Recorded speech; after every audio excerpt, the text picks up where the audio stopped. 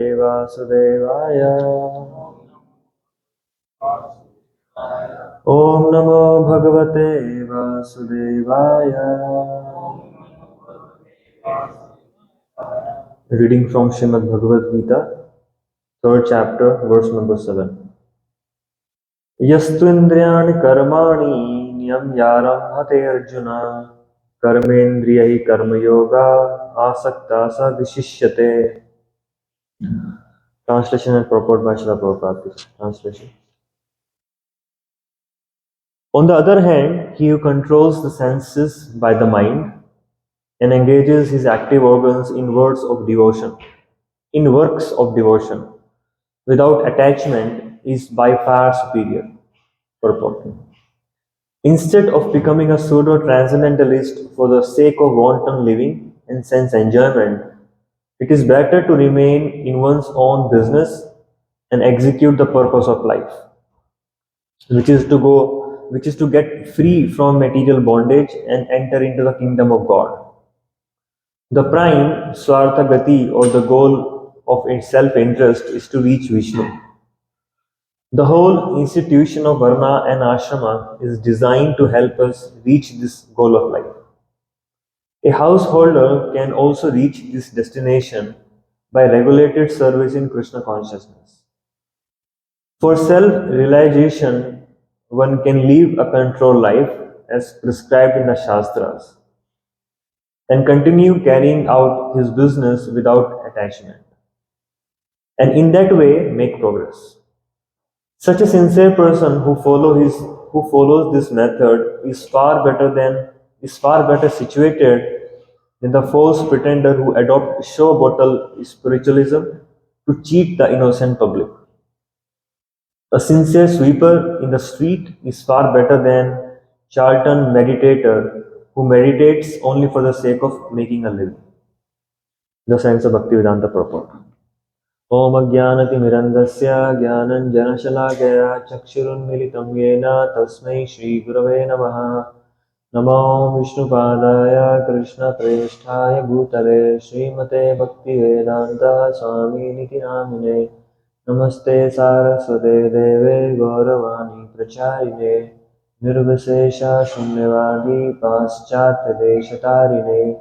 Jai Shri Krishna Chaitanya Prabhu Nityananda Shri Advaita Gadadhara Shri Vasadi Gauravakta Vrinda. Hare Krishna Krishna Krishna Hare Hare Hare Rama Rama Rama Hare Hare. Mukam karoti vachalam pangum langayate givim yat kripa tamaham vande Shri Guru Dinutare Paramananda Madhav. So very interesting verse. Krishna is speaking here in the 7th verse.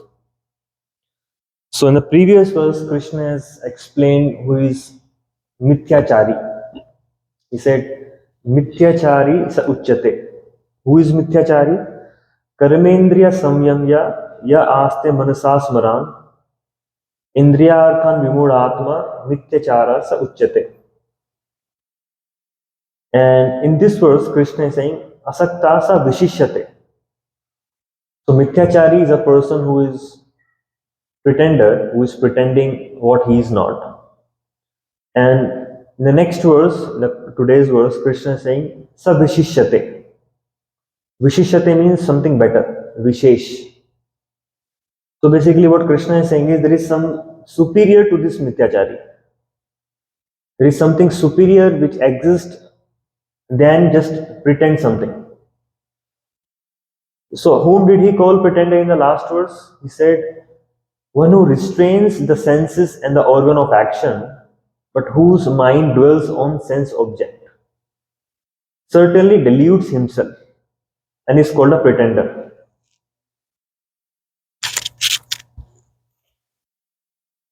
So in previous verse, Krishna had said that pretender, a person who is pretending that he has controlled his senses and he is able to perform, he is able to show that he is a great spiritualist, but his mind is dwelling on the sense object. He is always thinking of the sense object, certainly delude himself. Vimud Atma. So he's not making full of anybody else. He's making full of his own self. And he's called a pretender. That was a previous verse. And in contrast to the previous verse, Krishna is explaining a new concept. It's not really not a new concept, but Krishna is repeating things here. What is Krishna saying? Yastu indriyani manasa niyamya arambhate arjuna. In the previous verse, what did he say?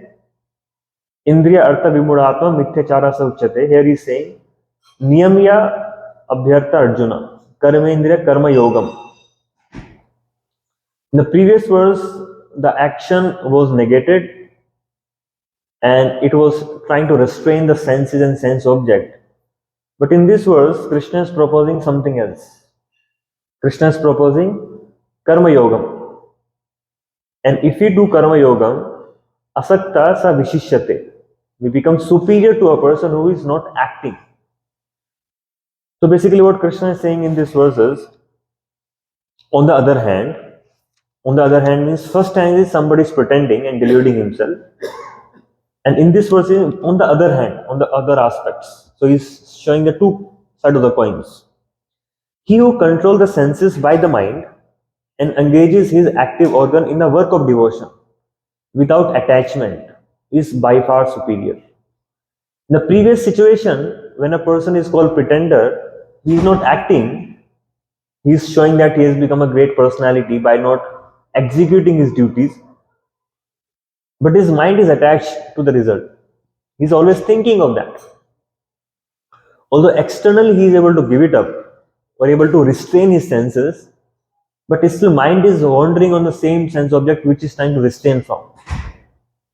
And in this verse, Krishna is saying that who control the senses by the mind and he is active organ in the works of devotion without attachment. So where does the attachment lives? In the mind. Attachment lives in the mind. So basically Krishna is saying is you can act, you can do action based upon your prescribed duties, but you should not be attached to the result. And when you do that, you become far superior.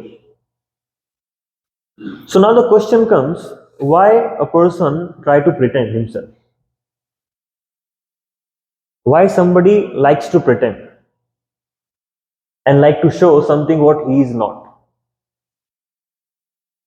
Especially what happens once we come into Krishna consciousness, spiritual life, then we think that now because I know this information and I have some material limitations, I can bypass my material limitation with the spiritual information.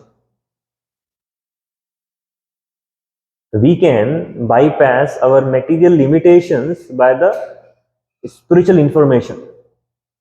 Is it really possible? Is it only by information, only by gathering some knowledge we can, if we genuinely advance spiritually, we can overcome our material limitations. But still, when we are not completely realizing those spiritual truths and prematurely trying to become something what we are not. So that is technically known as spiritual bypass. We're trying to bypass our limitations, the material limitations, by getting some knowledge.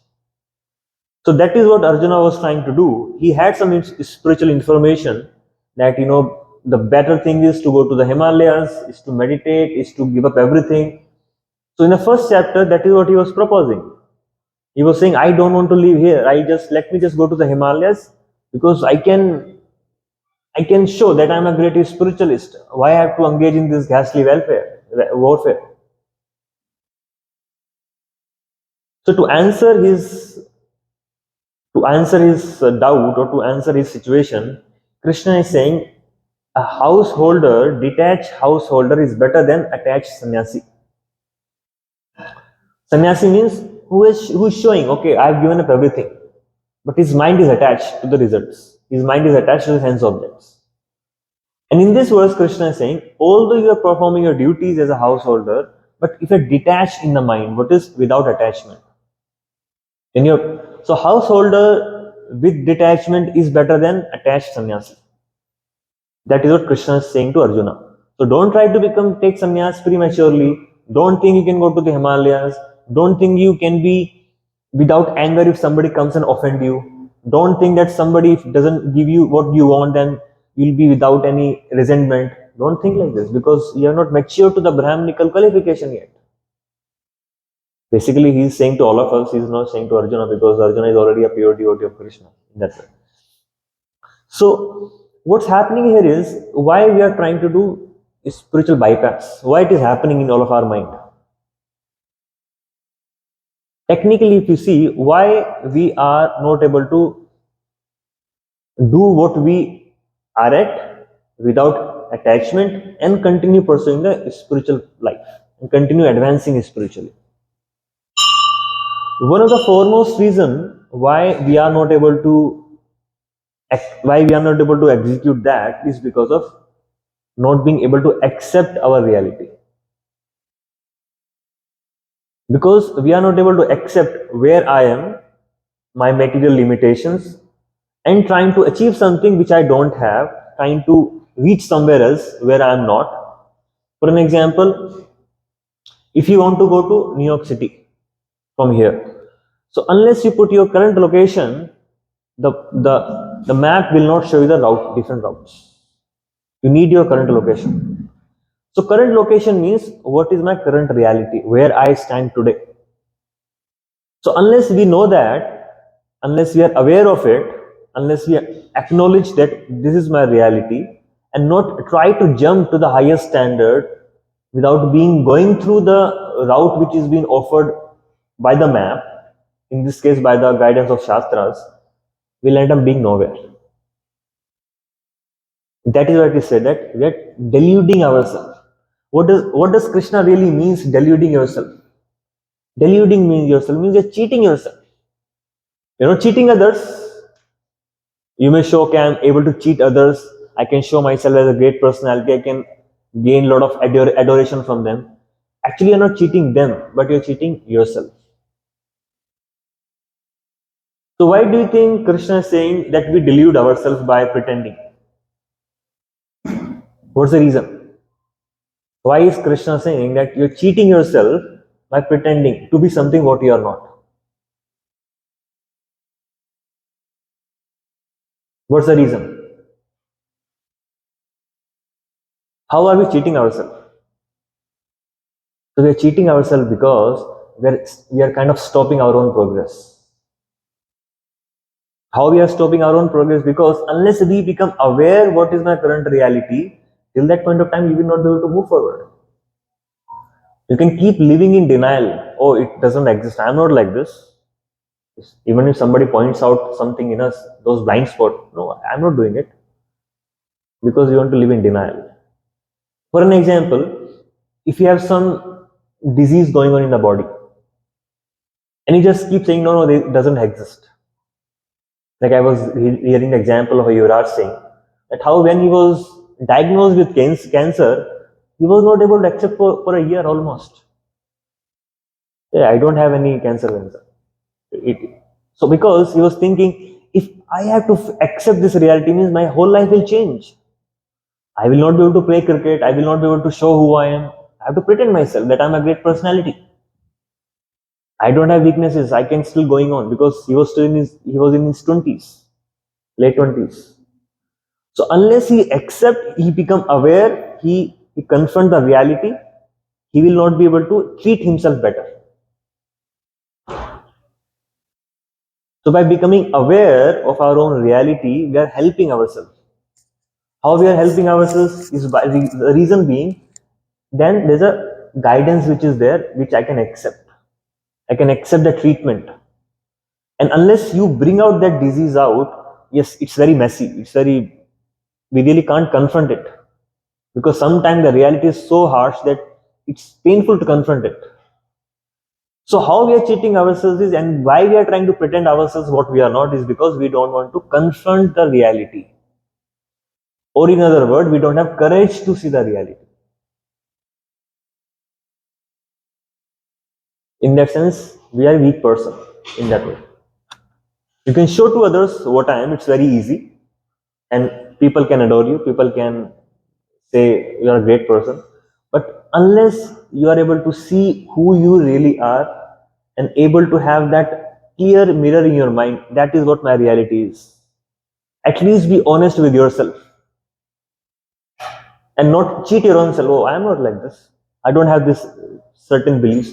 Somebody can point out in some of the different areas of our life, different. It is we are talking about spirituality here. It can be any area of your life. It can be fitness. It can be health. It can be like your career. It can be personal life. It can be any of the life area. So unless we start becoming aware and start accepting the fact and start confronting with the courage, till that point of time, you're not able to move forward. We become stagnant. So you are doing activity, but you are not able to move forward. It's like you're trying to row the boat, but which is still hooked onto the shore.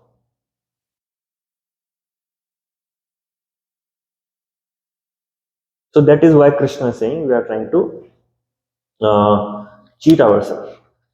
Another reason is that we want to become something by having something. So let's say I want to grow spiritually. We're just taking this area of the life because we are discussing Bhagavad Gita. You can apply this concept anywhere in any aspect of your reality, any aspect of your life. So now for an example, you want to become successful spiritualist. So for that I have to achieve something. Achieve something means I have to show that I have achieved something. Even though you have not, but you can show, oh, I have achieved these things in my life. I have achieved renunciation. I have achieved the whatever XYZ things. And then when you are able to show that I have achieved this, then you feel you have become successful spiritualist. And then, okay, now I can practice my spiritual life, and then I will be good spiritualist. So I have to achieve something before I become something. It's basically the paradigm of have. I have to have something, or I have to show, I have to have detachment. I can show that I have detachment. I can show that I have renunciation. I can show that I have great knowledge. I have this thing, and then I will do the required thing, which is to become detached, and then I will become something. It is have, do, and be paradigm. We have to have something before we become that. But it's not reality. We are always a spirit soul. You're always servant of Krishna. You always have that. So basically what we are showing is a child has to become something to be able to accept it by the father. This is sometimes very dysfunctional parenting. The reason being, as a parents, we want to show to children, okay, you have to become this to be able to, you have to achieve this thing, you have to have something to be able to have my love. So you have to become a successful man. Unless you have that success, we show that I'm really not ready to accept you the way you are. You are not my son. You're not my daughter. Whatever it is. In different way, we explain that. We convey those ideas. So what will the child think? Okay, if I have to have the care, the affection, the love of my parents, I have to achieve something. But it is not truth.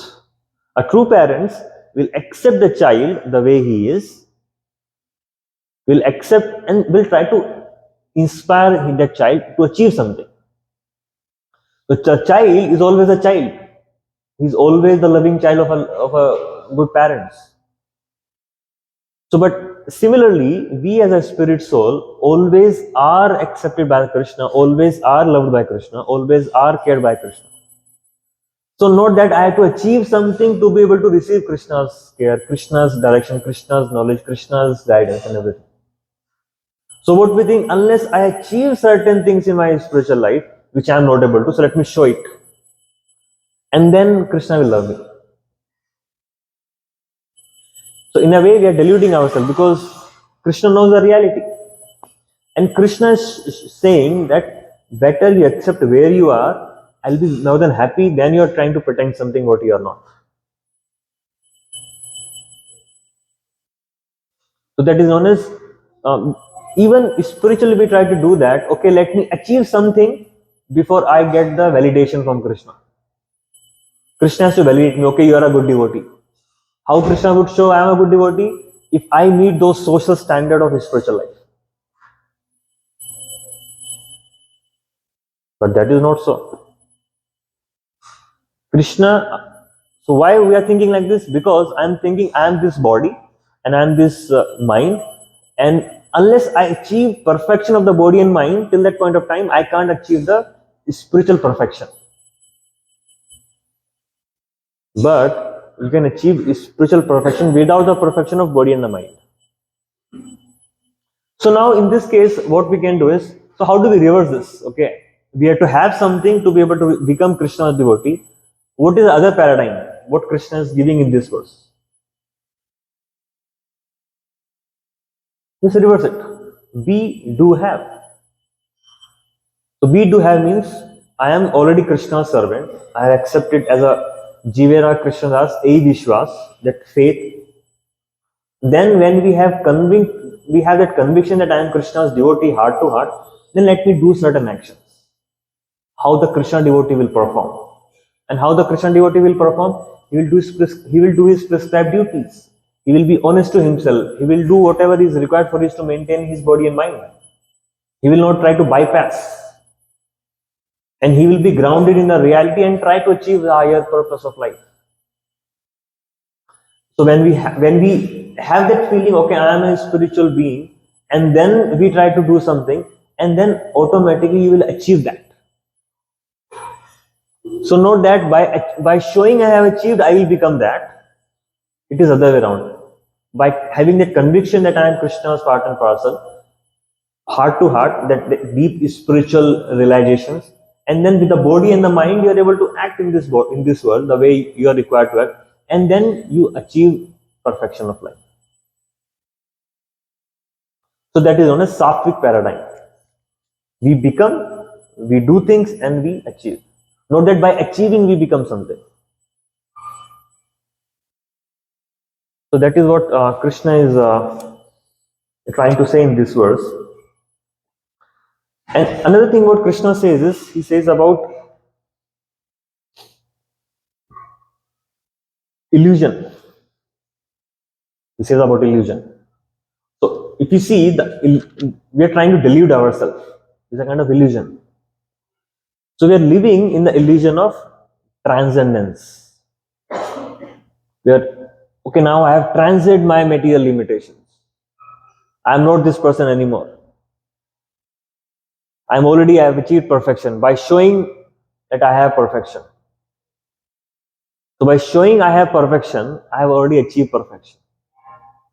That's the illusion. We are deluding ourselves. So that is what Krishna is trying to say, that unless you are grounded to the reality, unless you are able to accept yourself the way you are, accept your situations, and accept that Krishna has put you under different situations, because if you don't accept what will happen, we'll be resentful. If you don't accept, how would we feel? We'll have two things if you don't accept. Either we'll have guilt or we'll have resentment. If you are not able to accept my own limitations, how would I feel? Oh, I have this. How can I face this? How would you feel? Guilty. You feel guilt. Oh, I was supposed to show myself in a certain way, but I am not able to show myself in a certain way, then guilt will creep in. If you have acceptance, if you have some expectation from somebody else, and that person is not able to come up to the mark, then you'll have resentment. Oh, why this person did not behave in a certain way. So lack of acceptance will bring either resentment or guilt, and both are not a positive atmosphere for me to grow spiritually. In guilt, the something which is coming out of guilt, something which is coming out of negative, if the root of some action itself is negative, then how can it give the good fruits? So even though my action of bhakti, even though my action of spirituality maybe action in itself, but they are rooting from guilt and resentment. So trying to prove yourself. So that is technically known as different weeds we have in the along with the creeper of bhakti, what is growing in our heart. So what happens sometimes if we have the garden, in the garden we'll sow some seeds, and from that seed the tree will come out. But along with that tree, along with that seed, some creepers also will come, some weeds also will come. And the water which you are giving to the plant will also be going to the weeds. So along with the growth of the main plant, the weeds will also grow. When the weed grows, what happens? After some time, it becomes more bigger than the tree and they choke the progress of the tree itself. So that is technically what happens when we perform devotion service to show to somebody, and when it is coming from the place of imperfection, when it is coming from the place of guilt, when it is coming from the place of resentment, and when it is coming from the place of, oh, I am trying to prove something to somebody, then actually what are you doing? You are trying to use bhakti to prove yourself.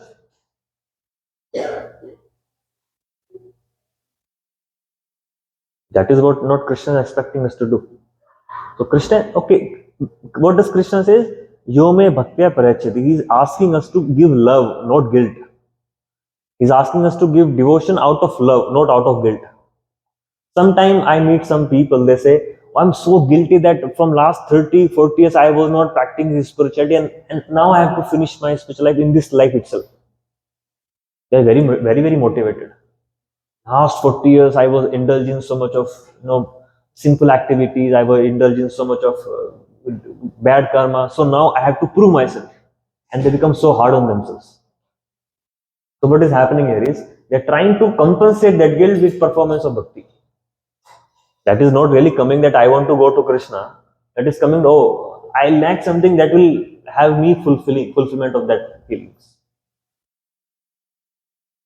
So what will happen in this case is, if you other way around. So if you continue performing bhakti in that particular way, if it is coming from guilt, then you will go to the opposite direction.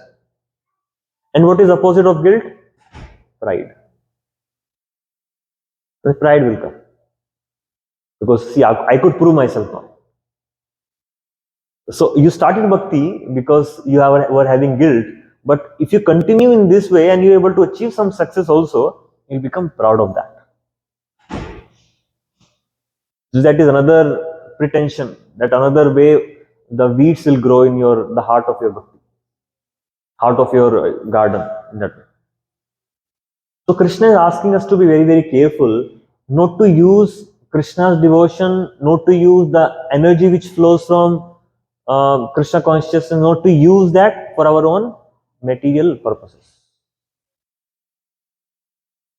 Automatically, when we grow genuinely spiritually, we'll be able to overcome our material limitations. But that should not be the motive for that.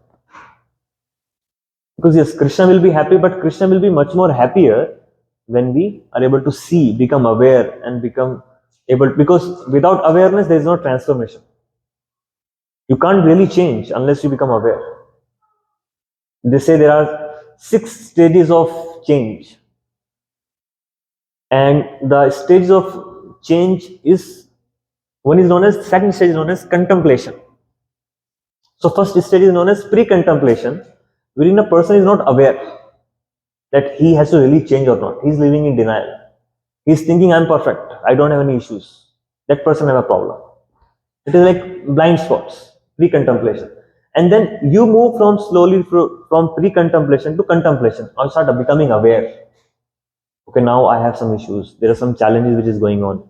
I use something as my defense. I use something, some speech, some behavior, some action to defend my own self.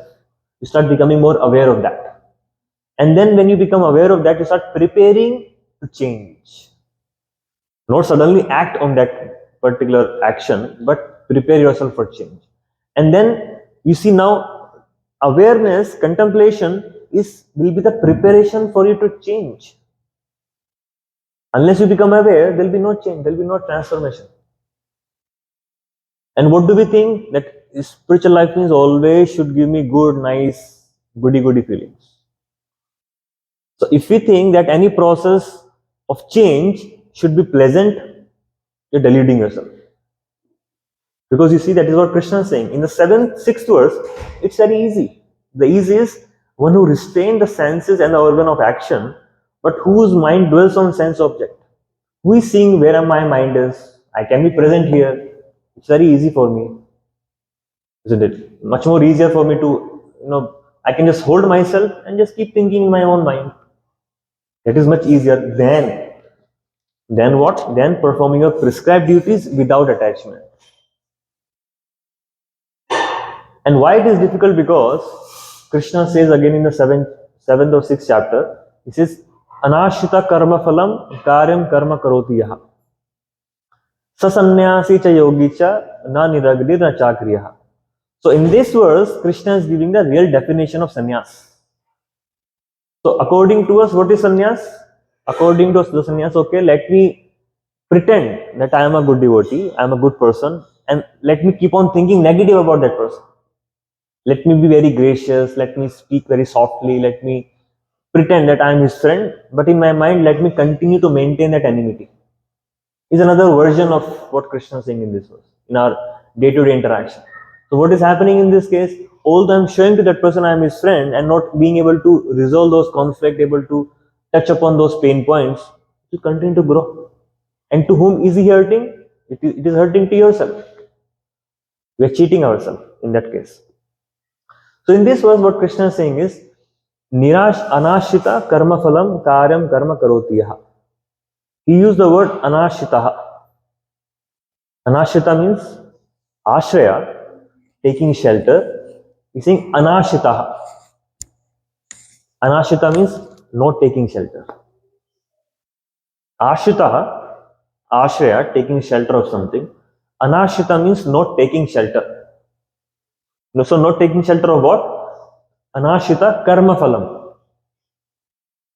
The activity what we are doing, the phala which comes, we tend to take the shelter of that phala. So how do we tend to take shelter of our phala? For example, I work hard to get my degrees, and now the degree will become my ashraya. I work hard to earn money and buy a house, that house will become my ashraya. I work hard in certain relationship, and I know, and when I'm relating with that person, I'm investing in that person will help me in my bad times. I can take ashraya of that person. Different aspects of your life. When I become healthy, then you can take ashraya of your good health. When we grow our children, when we take care of them as a parents, I can take ashraya of them when they grow old. We grow old and they become young. So what are we doing technically? We're taking ashraya of our results in different ways. And what is Krishna saying? Anashita. If you don't take shelter of your result. Anashita karma phalam.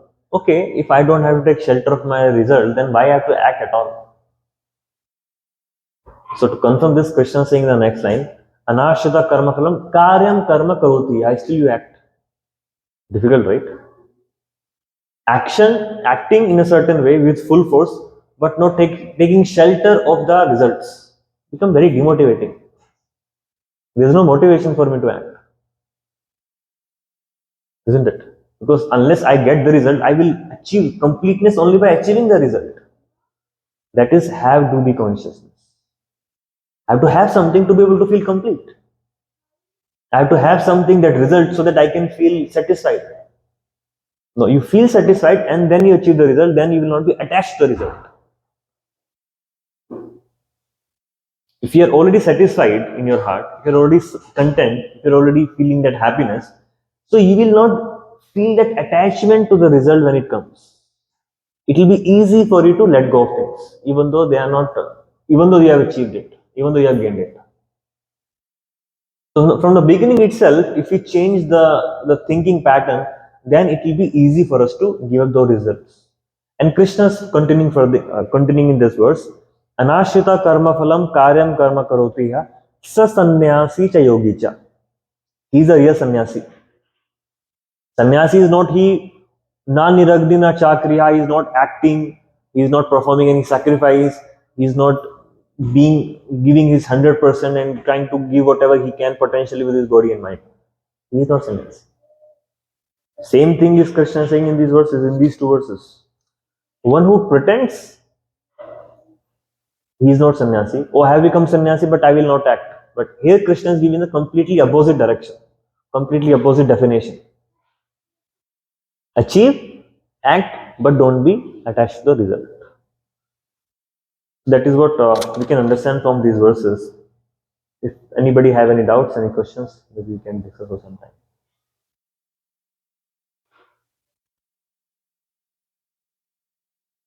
Anybody else, any doubt? Yeah.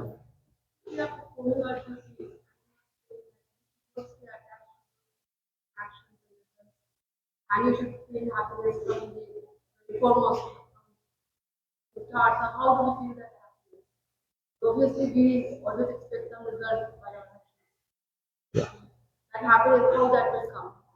So basically, you're asking is that how will be satisfied? The satisfaction was coming from the result, and we are asking us to give a result also. From where that satisfaction will come? So Krishna has already explained in the Bhagavad Gita that satisfaction will come from the heart of being a spirit soul. To be able to realize that I'm a spirit soul. So, and to be able to realize that you're a spirit soul, you have to be in a process of realizing it. There are two things. One thing is the process which is helps us becoming fulfilled in the heart, and the process which will help us executing something outside of us, some outside results. So technically there can be two kinds of results. One result is which is inside you, and one result is something which is outside you. And what is inside result? Inside result is purification of the heart. Inside result is I am able to clear my consciousness. Inside result is I am completely convinced that I am servant of Krishna. And I can show to anybody else. That is really not a tangible result for me. To show to people. So for an example, like a tree. If tree has to really grow, the roots have to be very strong. So unless roots are very strong, and we only focus on the external fruits which is coming from the tree, at any point of time, any wind will come, it will topple the tree off. So unless we are rooted in the roots, the tree is rooted in the ground. Similarly, we are connected to Krishna deeply within our heart by doing the sadhana process of chanting and hearing. When we chant Krishna's name, it is bringing that purification, it is bringing that internal happiness. And when I am becoming happy, I don't have to show to somebody else I am chanting or not. I don't have to prove to anybody else. So, what point I am trying to make is, unless we are satisfied within by having our own spiritual practices, which is not seen by other people. Let's say, for example, we do some certain actions, some duties, some services, or have to show to live in a social culture.